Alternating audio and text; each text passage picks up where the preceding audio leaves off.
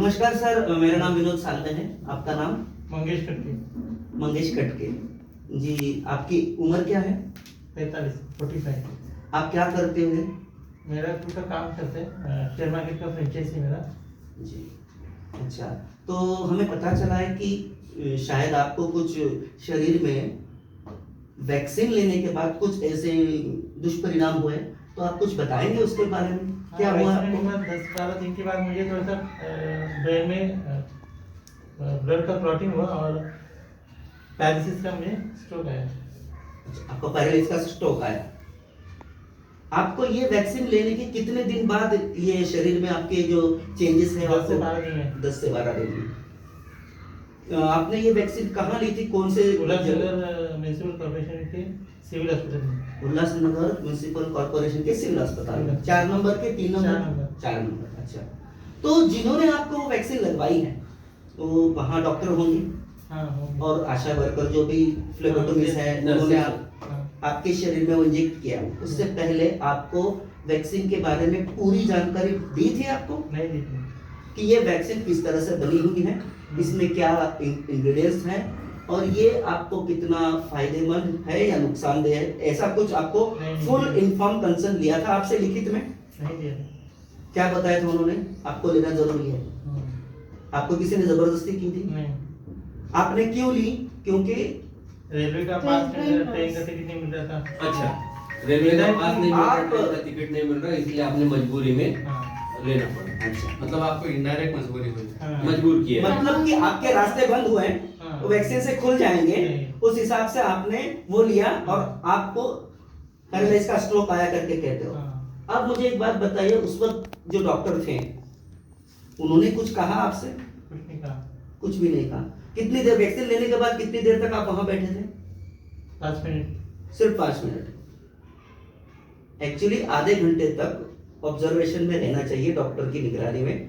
फिर आपको कोई टैबलेट वगैरह दी थी? नहीं, नॉर्मल फीवर की टैबलेट दी थी। अगर फीवर आए तो खाओ करके बोला था और क्या करके बोला था। अच्छा, जब आपको ये पता चला कि मेरे शरीर में इस प्रकार चेंजेस हो रहे हैं तो आपने कहीं जाकर इसकी दिक्कत या परेशानी या कंप्लेंट कहीं बताने की कोशिश की? नहीं ना, फैमिली डॉक्टर से कंसल्ट किया, बाकी कुछ नहीं। फैमिली डॉक्टर, लेकिन जिन आपके पास वो सर्टिफिकेट होगा, आपने पहली वाली डोज लगाई है या दूसरी वाली लगाई? दूसरी वाली। पहली डोज हो गई थी आपकी, फिर दूसरी डोज लगाई तो उसमें आपको एक सर्टिफिकेट मिला, वैक्सीनेशन सर्टिफिकेट। तो उसमें वो जगह भी होगी, किस वक्त दिया वो भी होगा और किसने दिया वो भी होगा, कौन डॉक्टर ऑब्जर्वेशन के लिए थे वो भी था। तो क्या उनसे आपने मिलने की कोशिश की? नहीं। आपको करना चाहिए, ऐसा नहीं लगता आपको? करना चाहिए था, लेकिन वो बहुत दूर है यहाँ से, उल्लासनगर। अच्छा, चलो ठीक है, हम लोग उसमें ना मंडे या फिर ट्यूसडे को, मंगलवार या सोमवार को हम जाएंगे वहाँ पे और ये सारा डॉक्टर से हम लोग कंसल्ट करेंगे कि आपने इनको इन्फॉर्म करना चाहिए था कि इसके दुष्परिणाम क्या हो सकते हैं। आज अच्छा खासा जो आदमी था पूरे शरीर से जो ठीक ठाक था, ये पैरालिसिस होने के बाद अभी क्या पूरे परिवार का जो झालं ना, पूर्ण आपलं स्पॉइलच झालं ना हो. लाईफ. आता इन्कम सोर्स साठी थोडंफार धडपडायचे ते पण नाही आता बहुत आमचं. चालतं आहे. बँकेचे लोन आहेत, मुलाचा तो शाळेचा अभी fee आपको जो आहे. तकलीफ हो रही है वो क्या क्या हो रही है? जैसे कि आप बात करने में भी थोड़े से लड़खड़ा रहे हो। दुसरा स्ट्रोक आला ना त्यांना सोमवारी, पूर्ण जीभ त्यांची वाकडी झाली, जड झाली. परत घेऊन गेले मी हॉस्पिटलला, पूर्ण दिवस ऍडमिट केलं, रात्री घेऊन आले परत. सेकंड स्ट्रोक परत आला होता त्यांना. अभी क्या क्या होता है आपको? आता तरी बोलताय चलने में दिक्कत आई, पकड़ के जाना पड़ा, रॉड असं लगा। क्लिअर प्रोनाउन्सिएशन अजून थोडं आता झालंय, तर तरी थोडा आता बरा फरक पडलेला आहे त्यांच्यामध्ये. पण त्या दिवशी ते बिलकुल असं बरं होतं. एक और चीज मैं पूछना चाहूंगा, क्या आपने उन डॉक्टरों को या जो भी आपको टीका लगा रहे थे उन्होंने आपसे ये पूछा कि आपको कुछ पहले ही शरीर में कुछ बीमारियां हैं? कुछ नहीं पूछा। नहीं पूछा, आपने भी नहीं बताया। हालांकि ये हर एक डॉक्टर को जो वहां निगरानी में है उसको ये पूछना जरूरी होता है नियम के मुताबिक कि अगर किसी को कोई भी डिजीज है तो उसको नहीं लगवानी है। ये वो वैक्सीन कंपनियां अपने फैक्ट शीट पे लिख के देती है।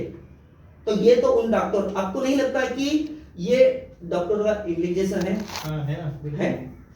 तो फिर देखिए, मैं अवेकन इंडिया मूवमेंट से काम करता हूं और बहुत सारे, आप तो फिर भी, हम तो प्रार्थना करते हैं कि आप जल्द ठीक हो जाए, इससे निकल जाए। लेकिन एक ऐसा लड़का वसई का एक हितेश कड़वे नाम का लड़का वैक्सीन लेने के 3 घंटे के बाद मर गया।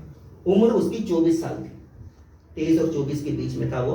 अब वो बच्चा सेम इसी प्रॉब्लम की वजह से कि उसको ट्रेन का टिकट नहीं मिल रहा था, उसने वैक्सीन ली और वो मर गया।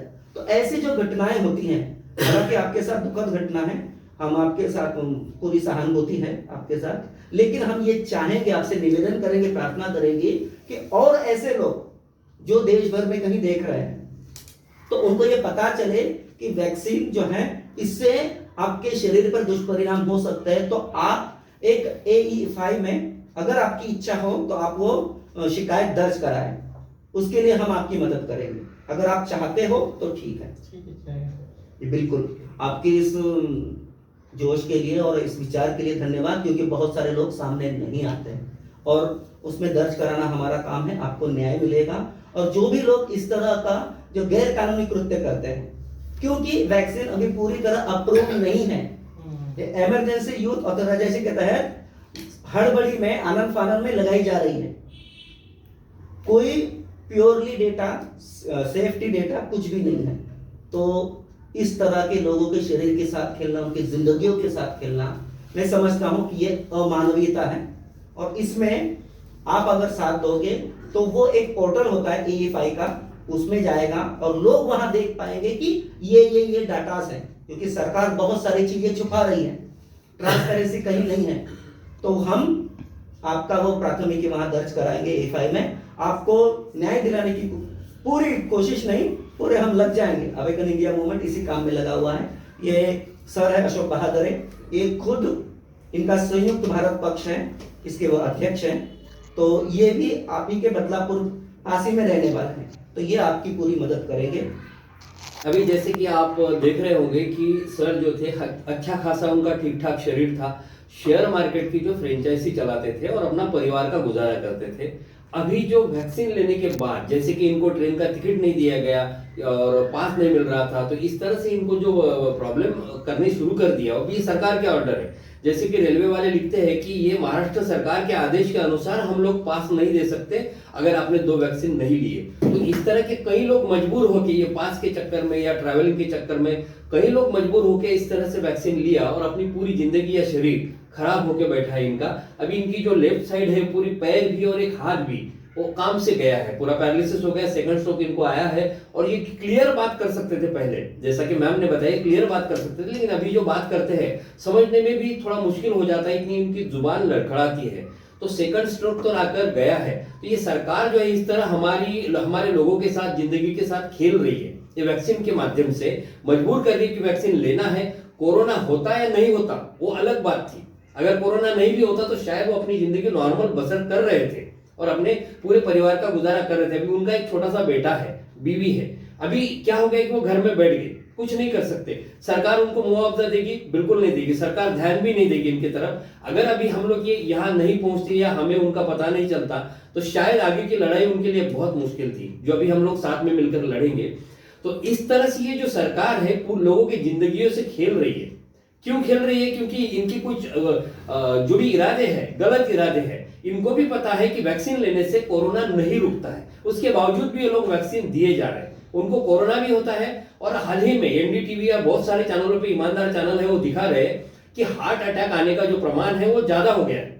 जवान लोगों में भी हार्ट अटैक आना शुरू हो गए और उसका रीजन है कि ब्लड क्लॉटिंग हो रहा है, खून में गांठें बन रही है, इस वजह से लोगों को हार्ट अटैक आ रहा है। अब ये सरकार, इसकी जो नोंद होनी चाहिए कि भाई इसके साइड इफेक्ट क्या है, बैड इफेक्ट क्या है, उसकी कोई वेबसाइट नहीं है, वो सामने भी नहीं आते हैं। जैसे कि लगता है कि भाई ये तो पैरालिसिस हो गया, लेकिन ये हुआ है वैक्सीन की वजह से।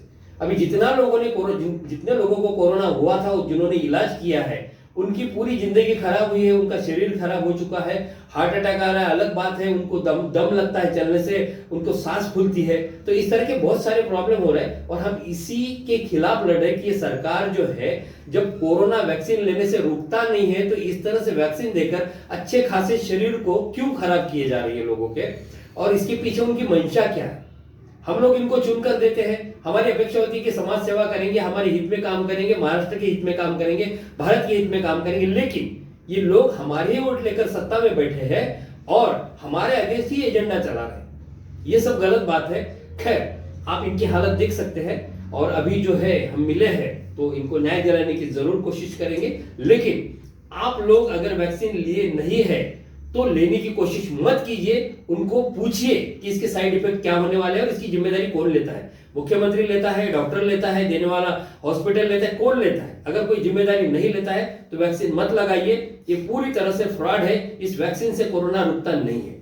धन्यवाद। एक डोळ्यांचं पण त्यांचं